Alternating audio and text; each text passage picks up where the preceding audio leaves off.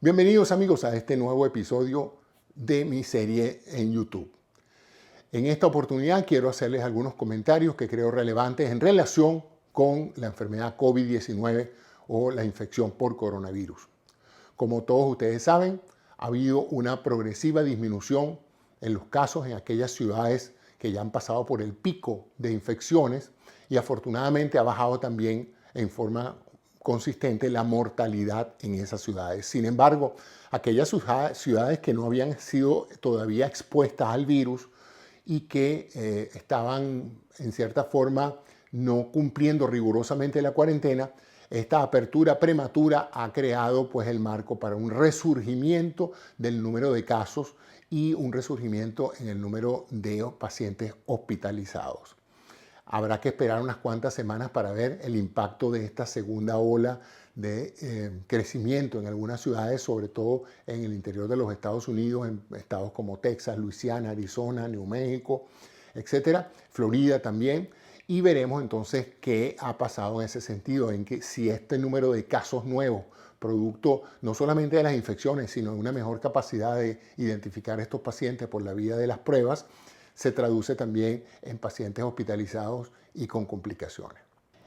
Como ustedes saben, en muchas ciudades donde se alcanzó un pico grande de infecciones, ya estas están descendiendo, en particular en estados como Nueva York y otros estados como California, donde en un momento dado se pensó que iba a haber una escalada enorme de pacientes que iban a saturar la estructura hospitalaria, pues esta no se presentó de esa manera tan dramática como se esperaba y afortunadamente el número de casos ha ido progresivamente bajando y aún mejores noticias es que el número de muertes y de personas con daños permanentes posteriores a su hospitalización con esta enfermedad han también descendido progresivamente.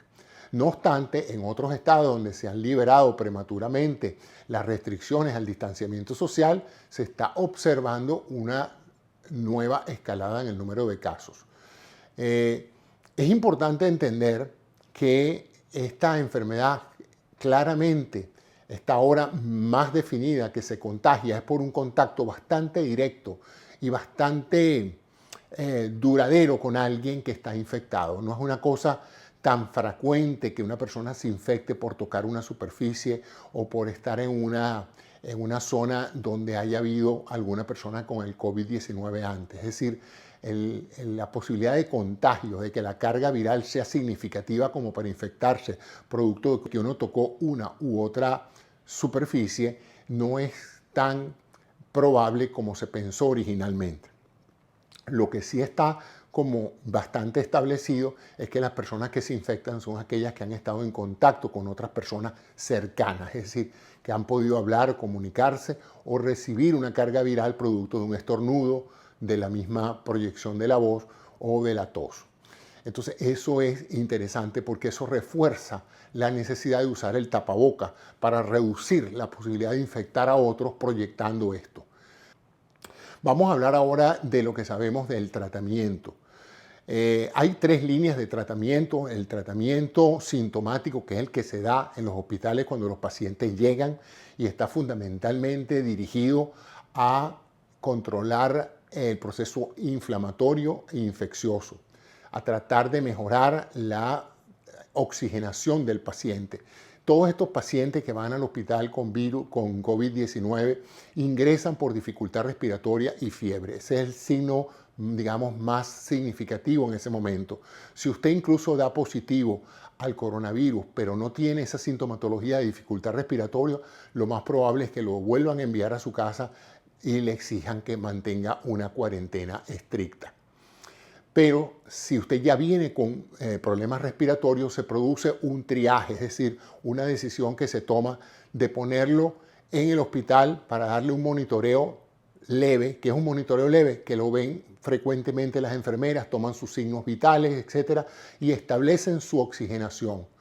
Le ponen un aparato que se llama el oxímetro y en uno de los dedos, y con ese aparato monitorizan la saturación de oxígeno de su sangre. Si esa baja por encima de cierto nivel, típicamente 92-93%, entonces usted es pasado a una segunda categoría de riesgo donde empiezan a suministrarle oxígeno. porque evidentemente usted con su respiración normal no puede mantener los niveles de oxígeno en sangre necesarios para enfrentar la enfermedad. Luego, si esta situación se hace mucho más severa y a pesar de usted estar recibiendo oxígeno por vía de cánula o bien sea por vía de una suerte de burbujas o de cámaras donde en forma variable van graduando la oxigenación para ver qué tanto sus pulmones pueden oxigenar la sangre. Sus pulmones tienen la función de tomar ese oxígeno que usted respira y llevarlo a la sangre. Si hay un bloqueo en ese tránsito del oxígeno de los pulmones a la sangre, obviamente a pesar de que usted esté recibiendo oxígeno al 100%, su sangre no va a verse oxigenada y entonces usted va a empezar a complicarse derivado de la falta de oxigenación. Y en los casos ya más severos se pueden entonces colocarlo usted en una terapia intensiva donde van a darle un respirador, es decir, un aparato que a presión le va a meter aire, no solamente oxígeno, sino le va a meter presión para facilitar el paso de este gas, de este oxígeno a la sangre. O sea que esas son las tres cosas que pasan en el hospital a los pacientes. ¿Qué hemos aprendido con esto? Una de las cosas que yo pienso que está siendo cada vez más relevante es la manera de tratar a estos pacientes.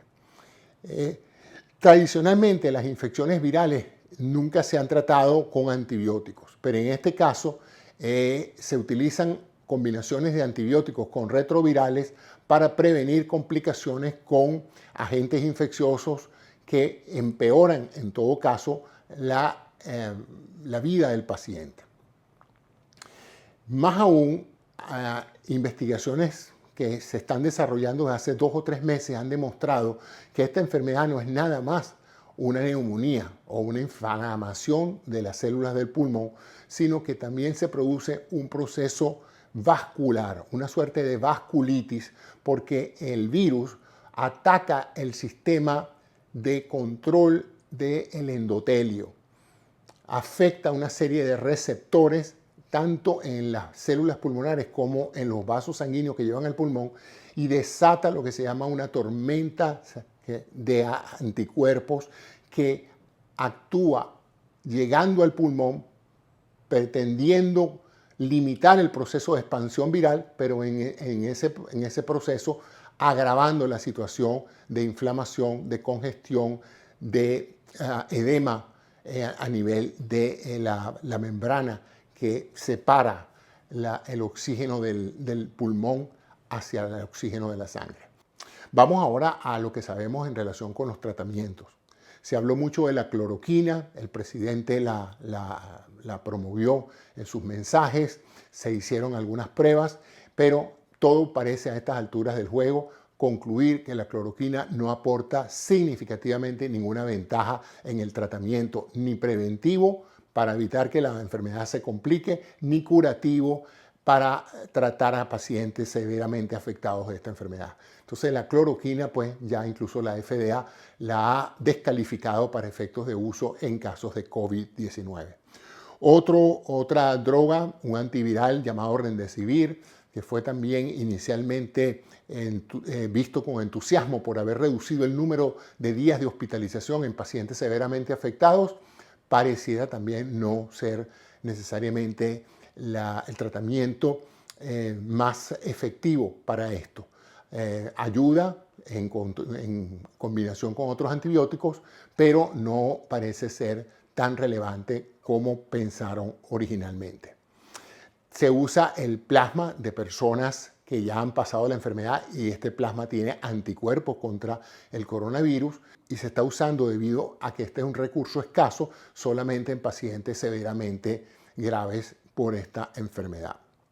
Otro de los medicamentos que originalmente se pensó que podía tener un rol relevante en el manejo del COVID-19, que era el Ivermectin, un antiparasitario que se ha promovido en algunas ciudades del mundo. Aparentemente esos casos anecdóticos de personas que habían mejorado con este medicamento no se ha traducido en resultados validables por vía de los protocolos de investigación.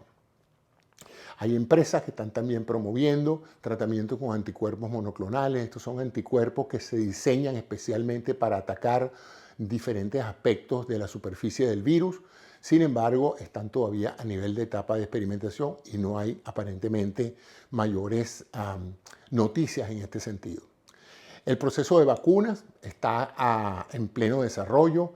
Hay múltiples países dedicados a tiempo completo al desarrollo de esta vacuna, mucha competencia, mucha colaboración, pero todavía no han emergido los resultados de esta primera, segunda y tercera fase de evaluación de la efectividad de esta vacuna en su capacidad de generar inmunidad, protección a los pacientes contra el virus.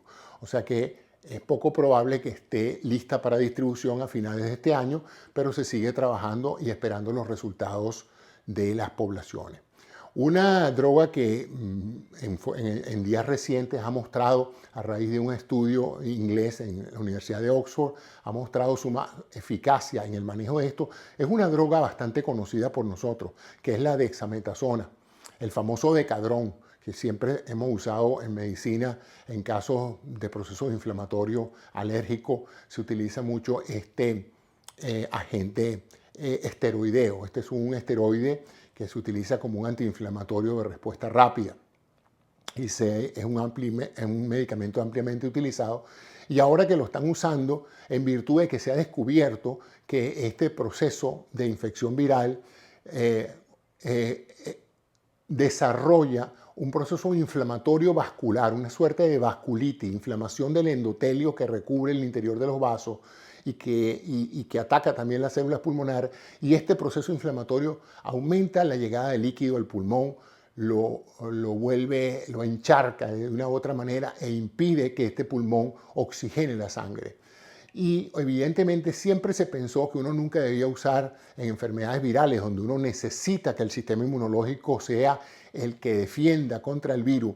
Nunca se debían usar antiinflamatorios porque obviamente los esteroides reducen la respuesta del sistema inmunológico. Es decir, el uso de esteroides en las personas reduce su capacidad de respuesta inmunológica.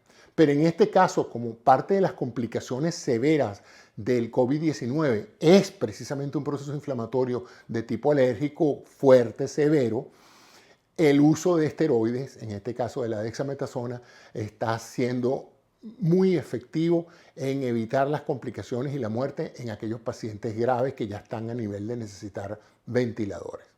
Así es que de una u otra manera, esa es ahorita una de las mejores noticias que yo pienso que en los próximos meses va a demostrar ser salvador, como siempre ha sido. Siempre se comentaba en medicina que cuando ya uno no había nada que hacer, pues había que darle esteroides. Y bueno, para todos los que hemos seguido el curso de este proceso, es interesante ver cómo esta vieja droga, ampliamente conocida por todo médico desde hace décadas, la dexametasona o Decadron, como la llamaban en nuestros países, pueda hoy ser utilizada efectivamente para reducir la gravedad del cuadro producido por el COVID-19.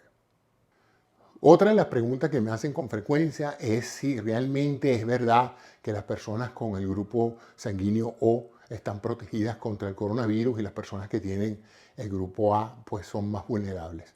Hay una correlación entre el número de pacientes que se complican por el coronavirus con aquellas personas que tienen el grupo sanguíneo A. Sin embargo, correlación no significa que haya causa-efecto. En otras palabras, la data parecería sugerir que las personas con el grupo A tienen una mayor susceptibilidad a complicarse con el virus y las personas con el grupo sanguíneo O están menos frecuentemente asociadas a este tipo de problemas del COVID-19. Pero todavía la data no es concluyente, así es que el virus le ha dado a grupo A y a grupo O y a grupo B, así es que no precisamente es una garantía de que esto los vaya a proteger. Desde el punto de vista de qué seguir haciendo, bueno, de más está decirles que ya saben lo que hay que hacer, ponerse el tapaboca, tratar de evitar estar cerca de personas que en un momento dado pueden estar infectadas. Como no sabemos quién puede estar infectado, pues uno debe asumir que todo el que se le acerca a uno está cargando el virus. Por eso hay que mantener la distancia y usar el tapaboca y evitar en lo posible el contacto de toque con las manos. Y si se toca las manos, pues hay que lavarse las manos constantemente, usar gel imposible tener un agua y jabón cercano y mantener entonces, evitar el toque con los ojos, la nariz y la boca. También se ha sugerido mucho el uso de la vitamina D, la vitamina D3 en dosis importantes. Hay mucha información todavía que habrá que evaluar en el futuro y que tiene que ver con las defensas del epitelio de la nariz y de la boca que mejoran con altas dosis de esta vitamina D3, así como también del magnesio y la vitamina B2. En otras palabras, cualquier complejo vitamínico o simplemente comer adecuadamente puede resultar esencial en el hecho de mantener un sistema inmunológico adecuado. Entonces, hacer ejercicio, mantenernos sanos en el sentido de evitar complicaciones de salud de otro tipo y mantener el distanciamiento social siguen siendo las prioridades. No creer que el virus ya pasó, todavía está allí, está allá afuera, hay gente infectada y usted no sabe si usted es susceptible o no.